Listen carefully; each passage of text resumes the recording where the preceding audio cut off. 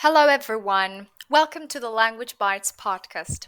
I'm your host, Klaudia, your English language coach.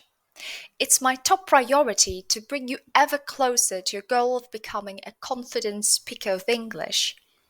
Today, I'm joining you to talk about confidence in language learning.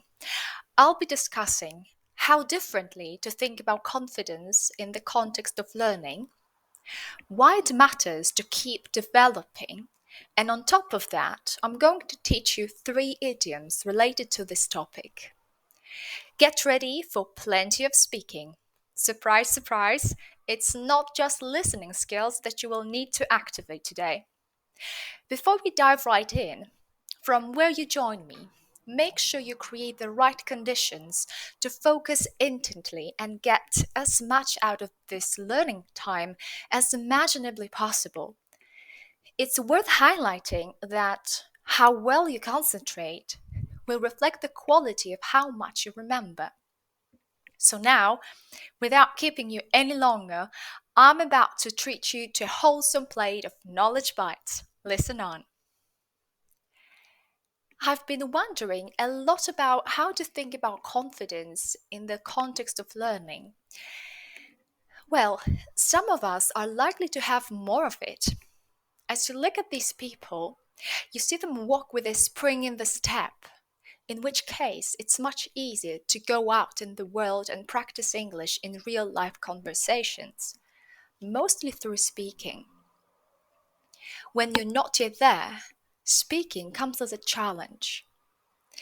And depending on your experience and learning background, you might see confidence as coming from either or all of these experiences. Please check which of these statements sound true to you. The statement is, I will feel confident if I. There are 5 if I statements that follow. If I have a strong sense of knowing what to say and how to say it. If I have a set of ideas prepared in my mind well in advance. If I know all the grammatical structures. If I understand what others are saying. If I am understood immediately. It might be useful to think about confidence in terms of its original source. Where does it really come from? In this way, it will be more possible to focus on the actions that can successfully take you there. The statements I have just listed have a lot to do with confidence.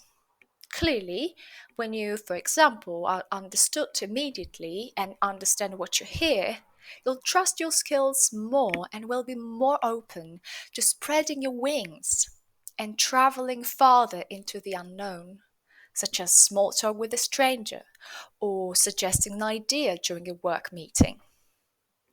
Such situations can only blow the wind into your sails. But how does it happen that you gain a strong sense of knowing what to say spontaneously without first trying to rehearse your next sentence and without being in your head instead of listening actively to the speaker in front of you? My own experience and teaching practice have shown me a possible path.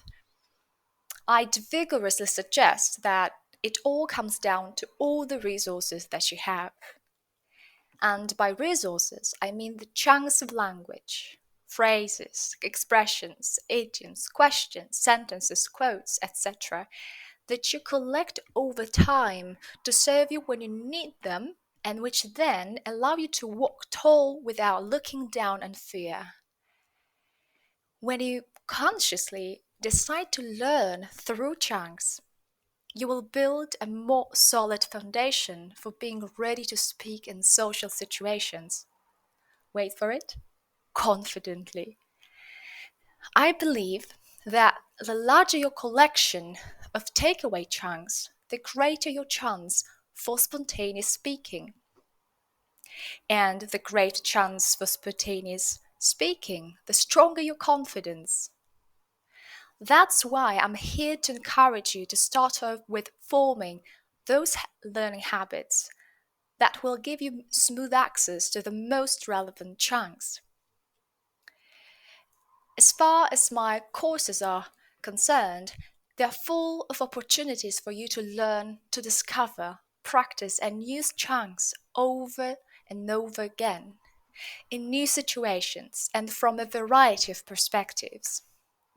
You can learn more about my teaching philosophy and see sample lesson material by booking a time with me.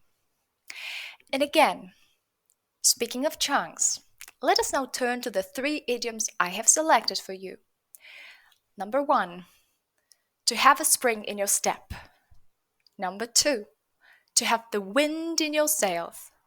Number 3, to walk tall. Did you perhaps catch them throughout the first part of the episode?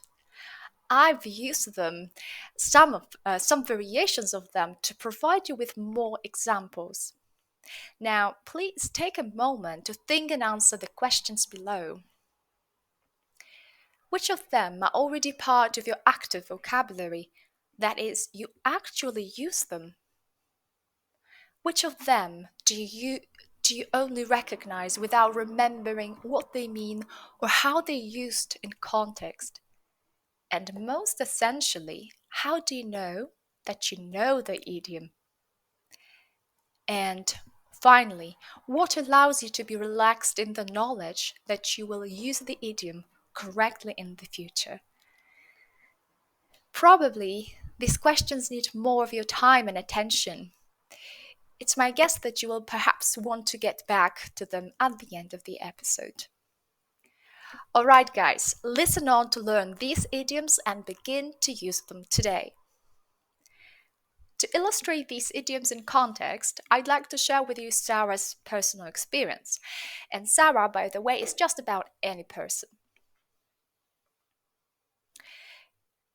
As someone determined to build confidence in speaking and communicating effectively without fear, I experienced a significant breakthrough moment in my learning journey. It happened during a public speaking workshop where I had to deliver a prepared speech in front of a large audience. Despite my initial nervousness, I pushed through and delivered my speech with clarity and conviction. The moment I saw the audience engaged and nodding in agreement, I felt a spring in my step. It was a transformative experience that fueled my confidence further. From that point on, I had the wind in my sails, propelling me forward with a newfound belief in my abilities. Walking tall, I realized that I had overcome my fear of public speaking and could now communicate confidently and effectively. Okay, guys, now, can you identify with her personal experience? Have you been there? I invite you to practice your speaking skills a bit more now. Take however long pauses you need to answer the questions below. And feel free to get spontaneous. Yes, I mean it. The first question: have you ever felt a boost of confidence, like having a spring in your step, after accomplishing a challenging task? How did it make you feel? And how did it impact your overall confidence? The second question: can you remember a time when you felt a sense of determination, like having the wind in your sails, while pursuing a goal or facing a difficult task? How did that feeling influence your approach and outcome? Third question: considering the text and Sarah's experience, do you believe it's important to maintain a confident posture and walk tall when overcoming fears and improving communication skills? How might adopting a confident posture contribute to your growth and development in language learning or other aspects of your life? When you've finished this activity, what about getting even more spontaneous? How about that one? I challenge you to finish off these halves. Go with the flow of your thoughts.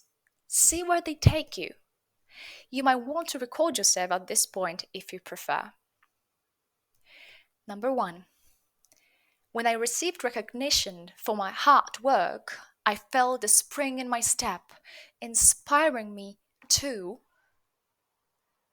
Number two, with the wind in my sails, I confidently tackled the challenging task. And number three, despite my initial doubts, I walked tall and took the initiative too. All right, let's turn to reflection questions now. There's always so much more to discuss and cover, but no learning is as powerful as when you reflect on it. Here are my three questions for you to consider. What's the most valuable piece of knowledge you have gained from this episode? The most valuable piece of knowledge. How and where could you use it again? What difference would it make in your level of confidence? In your level of communication? Confident communication? Where would you like to go next to further develop your confidence as a speaker of English? Let these questions sink in and reflect on them a little bit more later on. To wrap it all up, you have just learned 3 idioms that can be used to express confidence. You will get a chance to practice 3 other idioms related to confidence in my new vocabulary builder worksheet. It contains 8 pages of vocabulary and speaking activities. And if you're new, take part in a trial lesson and get full access to this material. And if you're among my hungry for knowledge students, you already have access to it. And here's one more thing. The show notes for this episode are available for the members of my learning community. Please do get in touch with me to get them. It's been so lovely to talk to you here. I appreciate you guys for tuning in. I'd love to hear back from you. Stay tuned for more. Until next time. Bye-bye.